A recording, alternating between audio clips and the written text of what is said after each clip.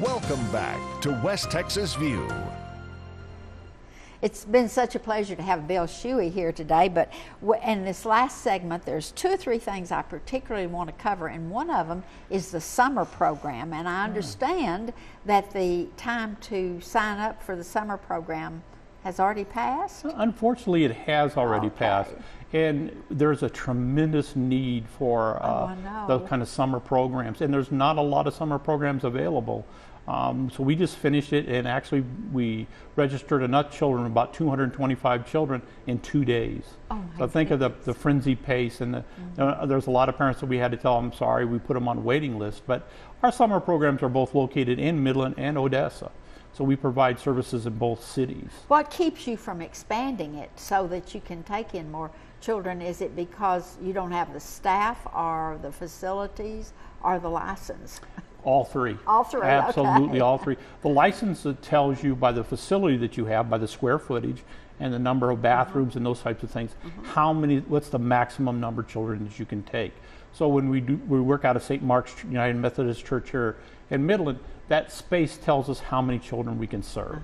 And the same, we're in Gonzales Elementary during the summer, this summer, in Odessa, and also their space tells us how many children we're allowed to serve. So that's one of the limiting factors on it. Of course, lately, because of the great boom that we've had, which has been great for us, you know, it helps our fundraisers and all those kinds of things. It does make it, when you only have 2.7% unemployment, there's not a lot of people out there to draw from. And so if you're only working a 20-hour-a-week job like we do at Campfire after school, your pool even gets smaller. When you do background checks and FBI fingerprints, your pool gets a little bit smaller. Then when you want to work with children, sometimes the pool even gets smaller, but we're hoping that there's enough people out there we can continue to offer and maybe even expand later our services. And as you said, as this boom has happened around us, it's put a strain in a lot of ways. Absolutely. But our children must be taken care of first. Oh my goodness. Absolutely. Our summer program is, again, it's based on the same concept of family income. It's a $60 a week program, and that's an all-day, 7:45 to 5:30. So it's an all-day program. And food. Yeah. They bring their sack lunch. Absolutely. We ask the parents to have them have a sack lunch, and we want it to be a balanced lunch for them. But we provide a snack in the morning and a snack in the afternoon for the children. And those programs are definitely broken up into age groups throughout the day. And they will stay in their age group throughout the day, going from what we call center to center to center. So you might have an outdoor play center, you might have an arts and crafts center, you might have what we call game room and games that we do. Again, they're the old-fashioned games that we have. Then they might go to Wise Kids, or they might take a field trip. We do field trips throughout the summertime. We don't do after school. We do field trips during the summer program. As a matter of fact, I was at the Petroleum Museum not too long ago, and I believe that there was a group of Campfire. It very well could have. We could have had trips to go to those, because those are the kinds of organizations we want to go. And because we want things to be fun and educational. We also do swimming. We'll take kids bowling. We'll go skate, roller skating. Let them have. You have to understand that some of the children in our community, that's really their summer trips that they're going to take. Their families do not have the wherewithal or the income or the time off to take a big vacation somewhere. So when we take them to places and go places, that's really their summer trips. And they get to get a lot out of that, and it makes their summer an event that they'll remember hopefully years into advance, and put their children in our program later when they have children.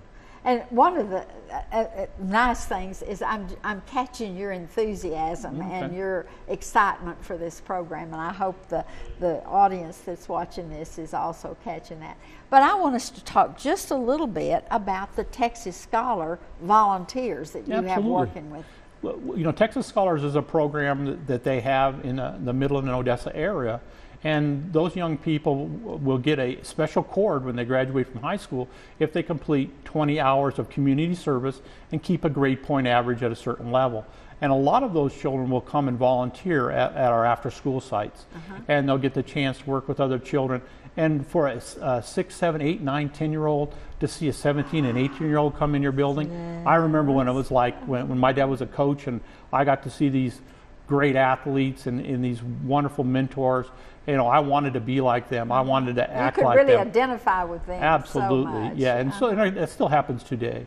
When you know, when you get a little older and a little frost on the pumpkin, you're not quite the person to look up to. But when you bring an 18-year-old boy or girl into your program, even as a volunteer, the kids want to be around them. And the neat thing about our Texas Scholars Program is those are mature young people who are usually more organized and disciplined, and so they bring some things for the young people to copy. Absolutely, they bring the kind of character. They're finished their school, so they're got that message for our young people that, you know, do your schoolwork, do your homework, stay in school, graduate. And most of these children are going on to college and universities, or on to careers that they're going to have in medical fields and other things like that. So they're a great role model for the young people that we see every day after school. Well, when you recently moved into Shared Spaces, this group of nonprofits that are living and working together in the Shared Spaces building, tell us a little bit about this experience. Well, it was a tremendous honor and a privilege for us to be selected as one of the organizations to get into this program. Before we were in an office downtown Midland. I love downtown Midland, but we were in an office on the 8th floor. Very difficult to park, very difficult to find us, you know, and we were around geologists and other oil companies. We're now around 14 or 13 other nonprofit organizations dedicated to helping the community in all different ways, from the elderly to the young people like we do, but all different aspects. And so it's a wonderful privilege to be in there. Plus the facilities are fantastic.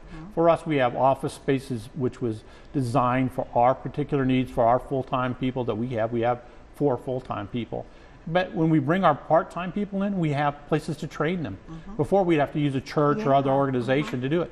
We have the finest technology that you could find probably anywhere in the United States right there in that building.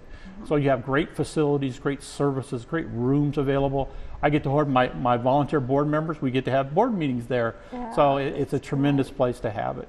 Well, one of the things that just dawned on me is if you have some outside communities that would like to have programs like this, you can even train their people.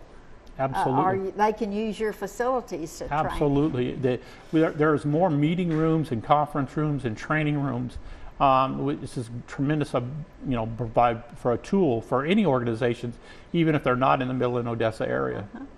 We're going to have to close our program today, but I want to remind you to be in contact with Bill Shuey if you've got any questions about the Campfire West Texas. Whether you're in the West Texas area or you're here in Midland, Odessa, he can answer those questions. And if you're a parent or a grandparent that would like a little bit more information about how to get your child or grandchild involved, then call Bill. And I am so delighted to have this series of programs about some of our nonprofits that are going to be, that are such important resources for our communities. So join us next Sunday for another program about shared spaces and their tenants. We'll see you then. Thanks for joining us for News West 9's West Texas View with Johnny Lou Avery.